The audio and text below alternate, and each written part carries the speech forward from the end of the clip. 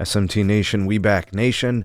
This is a bit of a potential network update for a lot of carriers. So if you are in a Shentel or US Cellular market, where those networks are operated and towers are built and constructed for those companies, there is potential that these towers could become integrated and purchased by big carriers. All right, so I had no idea that this was going on. I think just an indication of where these two companies are going. Shentel focusing on wireline. They've even kind of fallen back away from fixed wireless.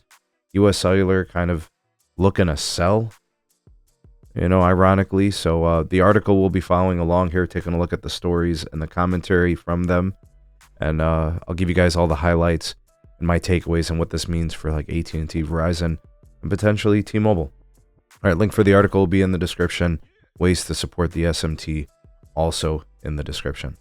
All right, so we are talking about 4,600 cell towers across the country between Shentel and US Cellular.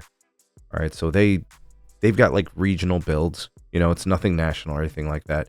US Cellular obviously much larger than Shentel, but I find this interesting because we know that US Cellular is on the chopping block and we know that they are for sale.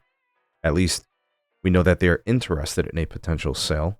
But the thing about a sale of US Cellular is you got to pay for those customers, got to pay for the assets and whatever debts they kind of have all involved there.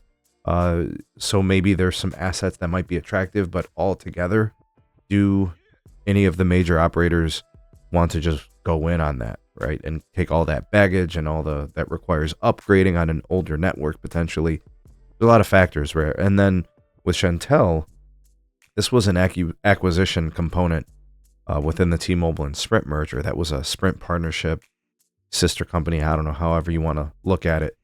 But I find it ironic that now some of their towers are up for sale, which means T-Mobile didn't take them all, right? Or hasn't integrated all of them into their network. So I found that kind of interesting, ironic in a way.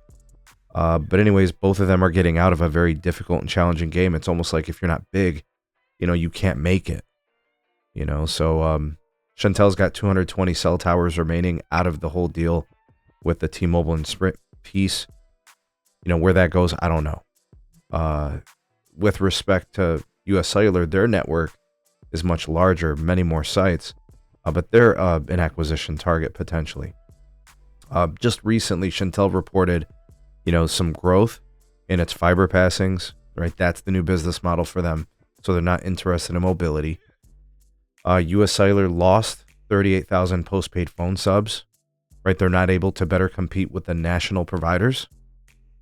US Cellular does have growth with respect to its fixed wireless, so it's not all bad there. US Cellular also is going to be shutting down CDMA in the near future, probably within the next year or so. And then of course TDS, with US Cellular, the parent company, they're going to be launching mobile services through the TDS brand, and I think they're doing it through AT&T. So it's kind of messy. It's kind of wacky.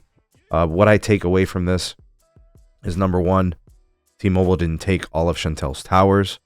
I don't know why. Maybe they had some native in those locations. I'm not sure if any of you are from that area that services those locations. Maybe you could chime in. With respect to US Cellular, you think that maybe Verizon and AT&T and possibly T-Mobile get involved and may look to improve their native coverage by acquiring these sites. I just don't know how attractive it is, right? Owning is always the best. Leasing is less of a lesser option. But if you're trying to do things capital light, maybe that fits your bill. That sounds like T-Mobile to me. AT&T likes to build its own. Verizon likes to build its own, or they co-locate and those sorts of things. I just don't know where this is all going to go. And I don't even know if any of these towers are going to sell to a substantial level. I mean, what value does a cell tower have if it's servicing a small number of customers to a national mobile provider? So I don't know. That's a lot of cell towers up for sale, over 4,300. I don't know what percentage of them sell. Who knows? But it would be a lot easier if a carrier needed coverage within a place to do that, make that purchase and just upgrade equipment, than to build from scratch, go through permitting and things of that nature. Much more cost effective for sure. Towers are expensive. All right. So what do you guys think? Who do you think should buy some of these towers in specific regions, possibly? Who do you think will?